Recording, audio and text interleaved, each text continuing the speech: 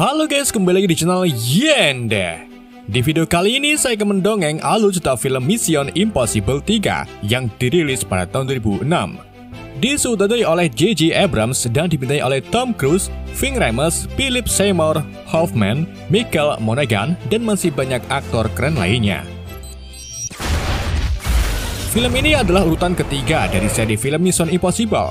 Buat kalian yang belum nonton alur cerita film pertama dan keduanya bisa buka di playlist yang sudah saya buat. Jadi di film ketiganya ini mengisahkan Ethan Hunt yang berhadapan dengan pedagang senjata paling berbahaya. Gimana kisah selanjutnya? Mari kita simak alur ceritanya.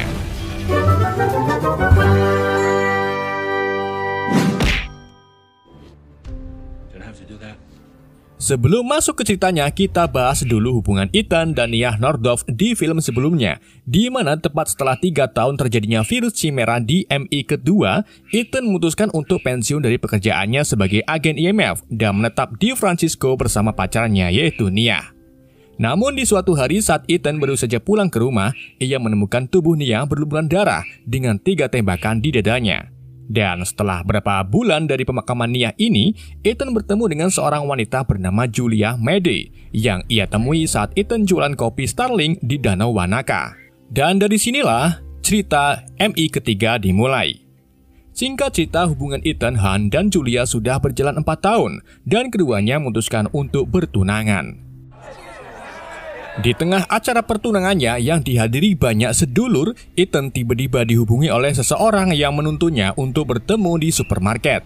Agar Julia tidak kecewa, Ethan lalu sengaja membuang stok es batu dan berpura-pura ingin beli es batu di supermarket sendirian.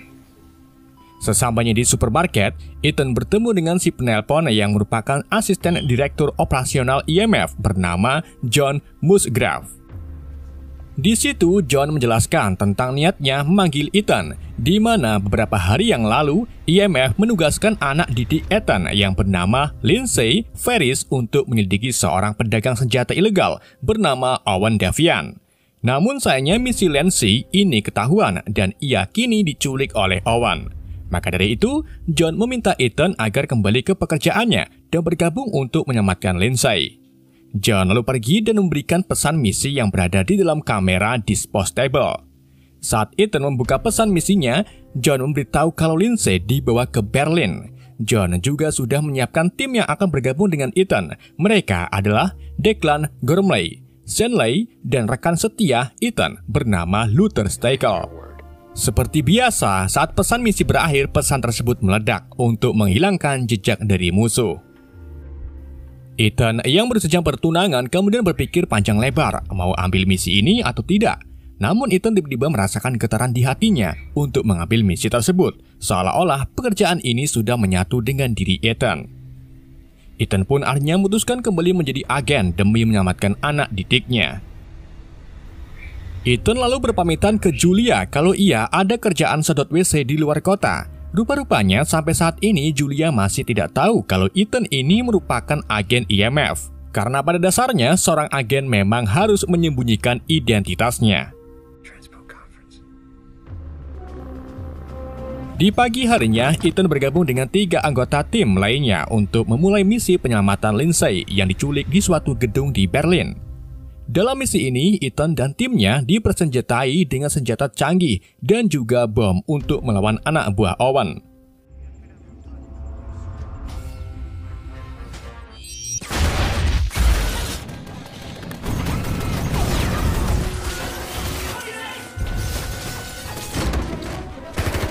Saat senjata mereka mulai menyerang dari segala sisi gedung, Ethan berhasil menyelamatkan Lindsay dan menyuntikkan cairan adrenalin agar Lindsay kembali sehat.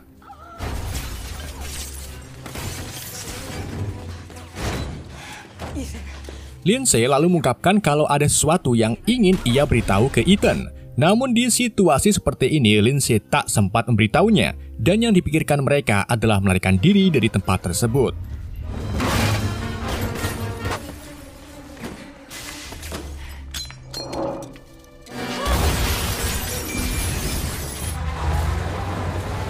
Di tengah kekacauan, Sean berhasil mengambil 2 laptop milik Owen meskipun salah satunya rusak karena terkena granat.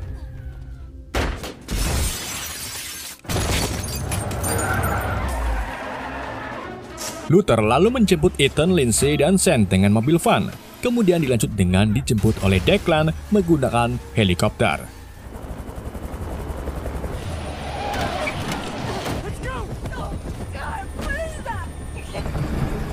Namun saat mereka mengudara, keadaan Lindsay menjadi parah karena ternyata ada chip peledak yang tertanam di kepalanya.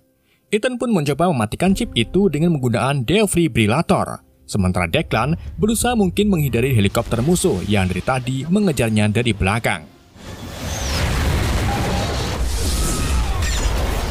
Dalam kejar-kejarannya, Declan akhirnya berhasil menjatuhkan helikopter musuh. Namun tidak dengan Lindsay. Ia meninggal karena chipnya meledak di waktu yang kurang tepat. Setelah menjalankan misinya, Ethan kembali ke rumah dalam keadaan lesu. Ia lalu disambut oleh Julia yang selalu memberi support agar Ethan bersemangat dalam menyedot WC. Di hari berikutnya, saat Ethan menghadiri kantor IMF, ia dan John dimarahi habis-habisan oleh direktur IMF yang sekarang yaitu Theodore Brassel. Brassel kecewa karena para tim kurang berhati-hati dalam menjalankan tugasnya, mengingat ledakan chip dari Lindsay dan defibrillator yang terhubung pada mesin helikopter bisa meledakkan semua anggota tim.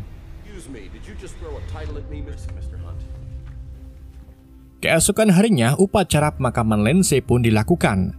Di sini, Ethan kemudian mendapatkan telepon dari kantor pos kalau sebelumnya Lindsay mengirim sebuah surat untuk Ethan. Saat Ethan mengambil suratnya, ternyata di dalam tempelan terdapat mikro kecil. Ethan pun memberikannya ke Luther untuk diperiksa. Namun sayangnya Luther tidak tahu karena terlalu kecil dan kurangnya peralatan khusus. Keduanya pun kemudian pergi menemui teman Ethan bernama Benji Dunn yang merupakan teknisi IMF. Di sini Benji menunjukkan kalau ia berhasil memulihkan hard drive di laptop yang kemarin mereka temukan di gedung Owen.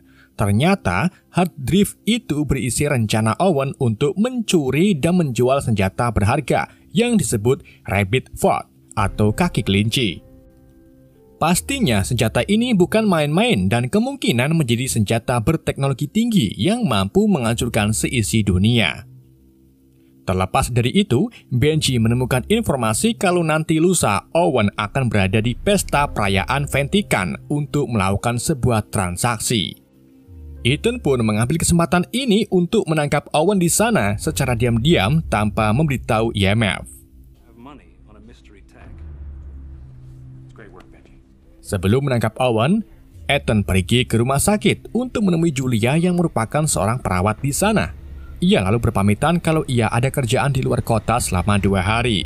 Namun, sayangnya di sini Julia merasa khawatir dengan Ethan dan tidak yakin dengan hubungannya karena Ethan sering pamit pergi keluar kota. Untuk meyakinkan Julia bahwa dirinya serius, Ethan pun mengajak Julia membuat pernikahan dadakan di saat itu juga, dengan dipandu oleh seorang pendeta bernama Bagong.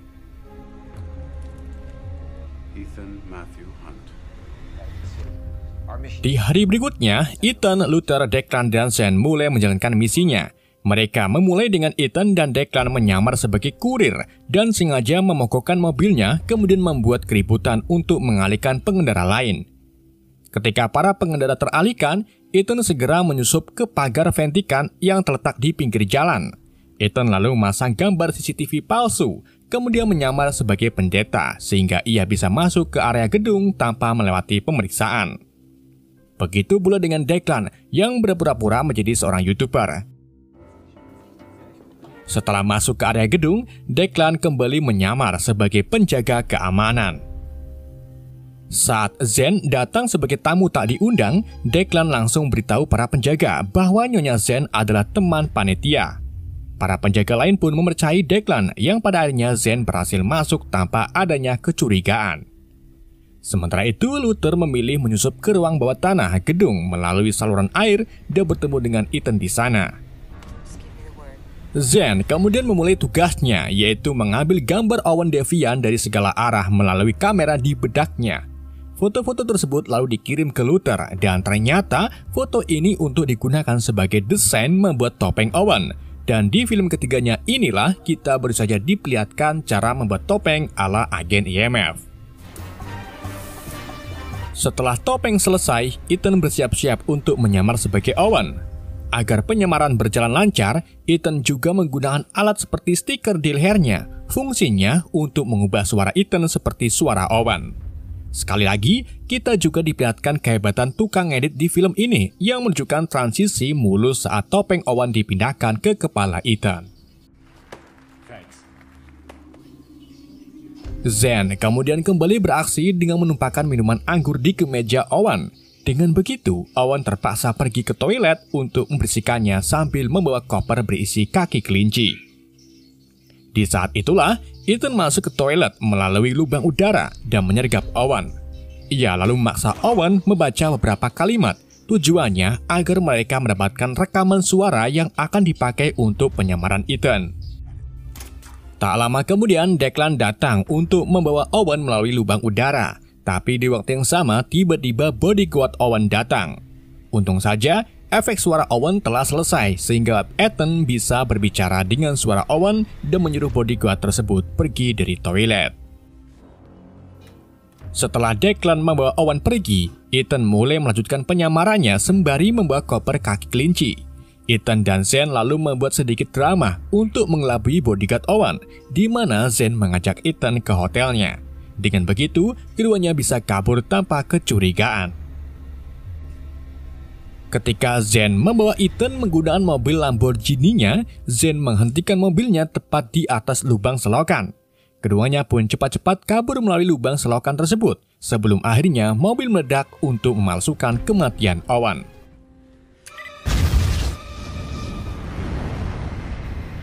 Ethan dan timnya lalu pergi menggunakan pesawat, di mana di dalam pesawat Ethan menanyai Owen tentang Rabbit Fort. Namun, Owen tak menjawab pertanyaannya dan malah mengancam akan membunuh orang terdekat Ethan. Ethan yang sewot pun mengancam balik akan menjatuhkan Owen dari atas pesawat. Tapi Owen lagi-lagi dengan tenangnya tutup mulut dan tak memberitahu apapun tentang Rabbit Fort.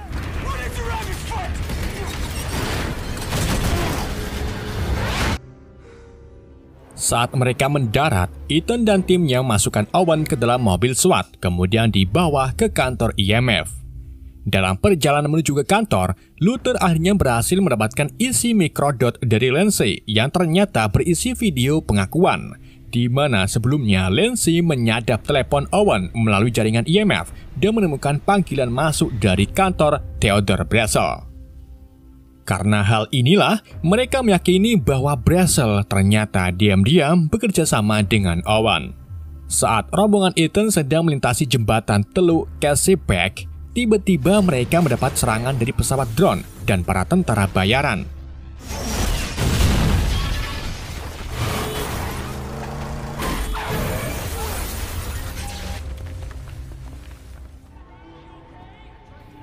Kedatangan tentara tersebut tentunya sudah bisa ditebak, yaitu untuk membebaskan Owen. Artinya, Owen ini memang bukan penjahat sembarangan.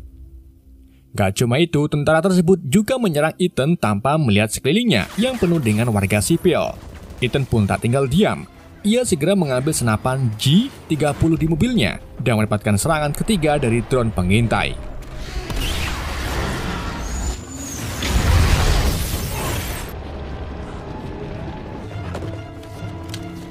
Meskipun Ethan mendapatkan senapannya, tetapi ia gagal karena para tentara tersebut lebih dulu membawa kabur Owen dengan menggunakan helikopter, sedang Rabbit Fort hilang entah kemana. Ethan pun pelongo-pelongo karena baru kali ini penangkapan penjahat diserang balik oleh musuhnya.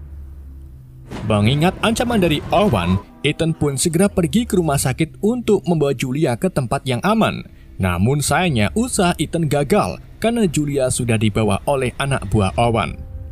Bersamaan dengan itu, Ethan mendapat telepon dari Owen yang mengancam akan membunuh Julia kecuali Ethan membantunya mencari Rabbit Fort yang hilang.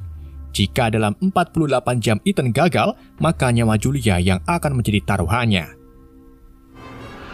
Di waktu yang sama, Ethan dihadang oleh tim IMF. Ethan pun mencoba kabur dari mereka, tetapi akhirnya Ethan tertangkap dengan ditembak menggunakan alat kejut. Ethan lalu dibawa ke markas besar sambil diikat di hadapan Brazel.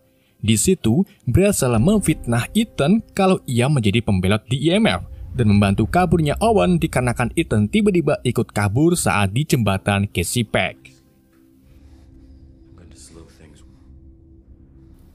Saat Brazel pergi, John Musgrave berpura-pura memarahi Ethan dan secara diam-diam memberitahu Ethan kalau Rabbit Fort ada di Shanghai, China. John juga membantu Ethan kabur dengan memberinya pisau lipat untuk melawan para penjaga IMF.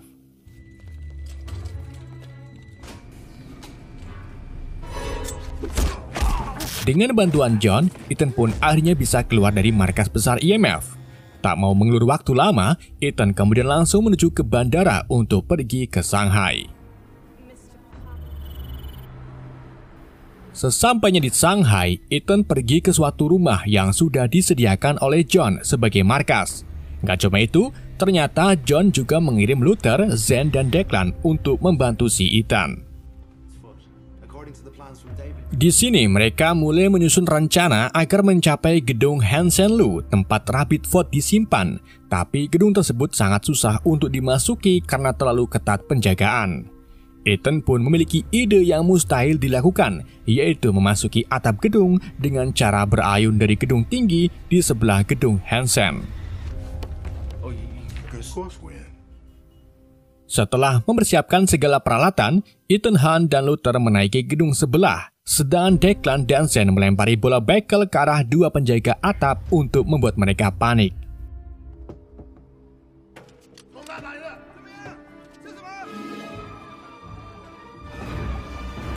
Setelah kedua penjaga tersebut panik, Ethan menampilkan aksi nekatnya dengan berayun dari gedung menuju gedung Hansen. Setelah itu, dilanjut dengan menembak kedua penjaga.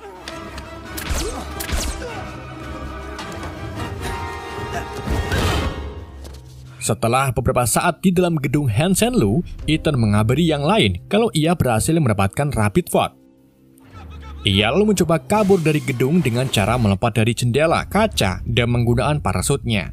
Namun sayangnya jarak lompatan Ethan terlalu rendah serta sangat dekat dengan jalanan kota. Dan benar saja, belum sempat mencapai tanah, parasut Ethan malah nyangkut di tiang lampu jalanan sehingga mengganggu truk yang melintas. Terlepas dari itu, Ethan mulai berlarian ke jalanan untuk mendapatkan kembali Rabbit Fort yang menggelinding. Hingga akhirnya, ia dijemput oleh Declan dan Zen. Di dalam perjalanan, Ethan lalu menghubungi John kalau ia sudah memasang alat pelacak di tabung Rabbit Fort. Dengan begitu, John bisa terus memantau keberadaan Rabbit Fort. Good luck. You too. Setelah menyelesaikan misinya mencuri Rabbit Fort, Ethan mengirim anggota timnya untuk kembali pulang. Sedangkan ia tetap di Shanghai untuk menyerahkan Rabbit Fort ke Owen sekaligus menyelamatkan Julia. Tak lama kemudian, Ethan dijemput oleh mobil yang dikirim oleh Owen dan diminta untuk meminum cairan khusus yang membuat Ethan pingsan. Saat ia kembali sadar, Ethan sudah diikat oleh Owen dan dihadapkan di hadapan Julia yang sedang disandra. Mereka juga menanamkan chip peledak di kepala Ethan, sama seperti yang mereka lakukan pada Lindsay. Owen kemudian menanyakan di mana Rabbit Fort berada sambil menodongkan pistol ke arah Julia. Ethan pun mulai histeris memohon-mohon agar tidak membunuh Julia dan meyakinkan Owen kalau ia tadi membawa Rabbit Fort saat menuju kemari. Tapi Owen tak peduli dengan ocehan Ethan karena ternyata Rabbit Fort yang Ethan bawa adalah palsu. Owen pun langsung menembak mati Julia lalu pergi begitu saja. Tak lama setelah itu, orang yang diduga menjadi mata-mata di IMF sekaligus bekerja sama dengan Owen kemudian muncul. Plot twist yang sangat tidak disangka, ternyata orang itu adalah John Musgrave. John datang dan memberitakan kalau ialah pengkhianat di IMF. Ia juga memberitahu Ethan kalau Julia masih hidup. Dan orang yang baru saja Owen bunuh adalah penerjemahnya karena gagal melindungi Owen saat diventikan. John juga menjelaskan kalau ia bekerjasama dengan Owen untuk menantang perintah dari Brazel. Karena menurutnya, untuk menghadapi penjahat besar seperti Owen itu bukanlah menangkapnya, melainkan mengajaknya bekerja sama. Dengan begitu, John bisa mengontrol pergerakan atau penjualan Owen di saat para IMF maupun CIA sedang memburunya. Jadi kebaikan John di awal sampai akhir hanyalah mitos. Ethan kemudian meminta John agar menghubungi anak buahnya untuk memastikan Julia masih hidup. Tapi di saat John menyodorkan teleponnya, Ethan langsung menyerang John sampai pingsan dan merebut ponselnya. Ia lalu menghubungi Benji dan memintanya untuk melacak nomor panggilan terakhir yang menjadi tempat Julia berada.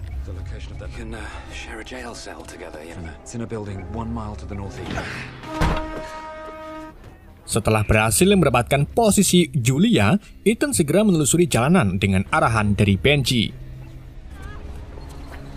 Tak memerlukan waktu yang lama, Ethan akhirnya menemukan tempat di mana Julia ditahan.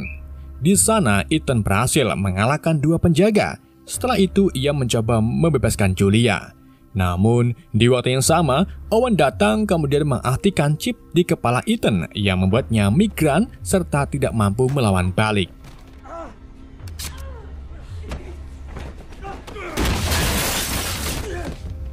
Ketika Owen hendak mengambil pistol, Ethan menggunakan kesempatan ini untuk menyerangnya dari belakang. Ia kemudian mendorong Owen ke jalanan dan menabrakkannya ke truk yang melintas sampai tewas.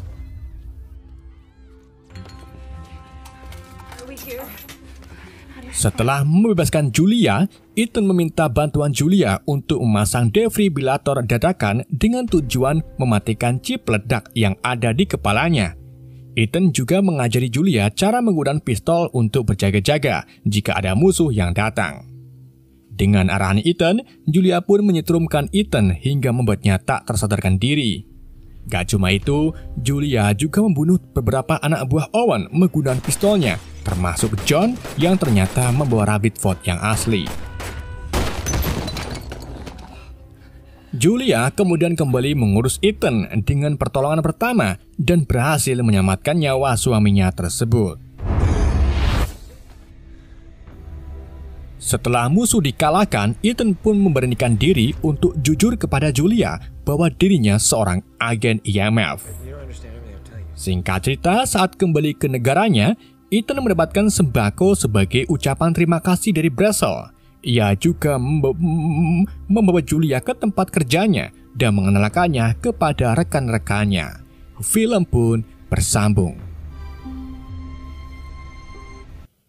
Oke guys, itulah alur cerita film Mission Impossible 3. Semoga kalian terhibur dengan alur cerita yang saya bawakan. Mohon maaf jika ada kesalahan dalam penyampaiannya. Sekian dari saya, sampai jumpa di video berikutnya.